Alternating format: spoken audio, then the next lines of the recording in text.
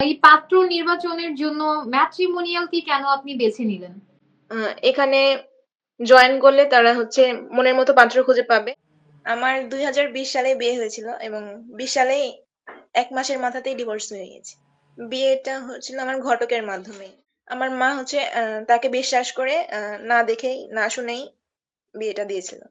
এবার আর সেই ভুল আমি করতে চাই না। দেখে শুনে বিয়ে করা উচিত। আর ম্যাট্রিমোনিয়াল পেজকে অবশ্যই বিশ্বাস করবেন। আমি বিশ্বাস করেই এসেছি। ঠকিনি এখনো। ছবিও যথেষ্ট ভালোভাবেই দেওয়া হয়েছে।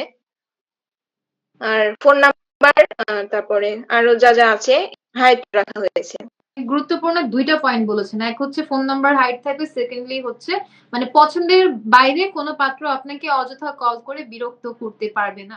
আপনার সাথে গল্প করে কিন্তু অনেক হালকা লাগছে এখন আমার, অনেক। মানে আমি আমি সারাদিনই এগুলা চিন্তা করি। চিন্তা করে নিজেকে অনেক মন খারাপের মধ্যে আমি বাসা থেকে বেরও হই না কারো সাথে কথা বলার জন্য।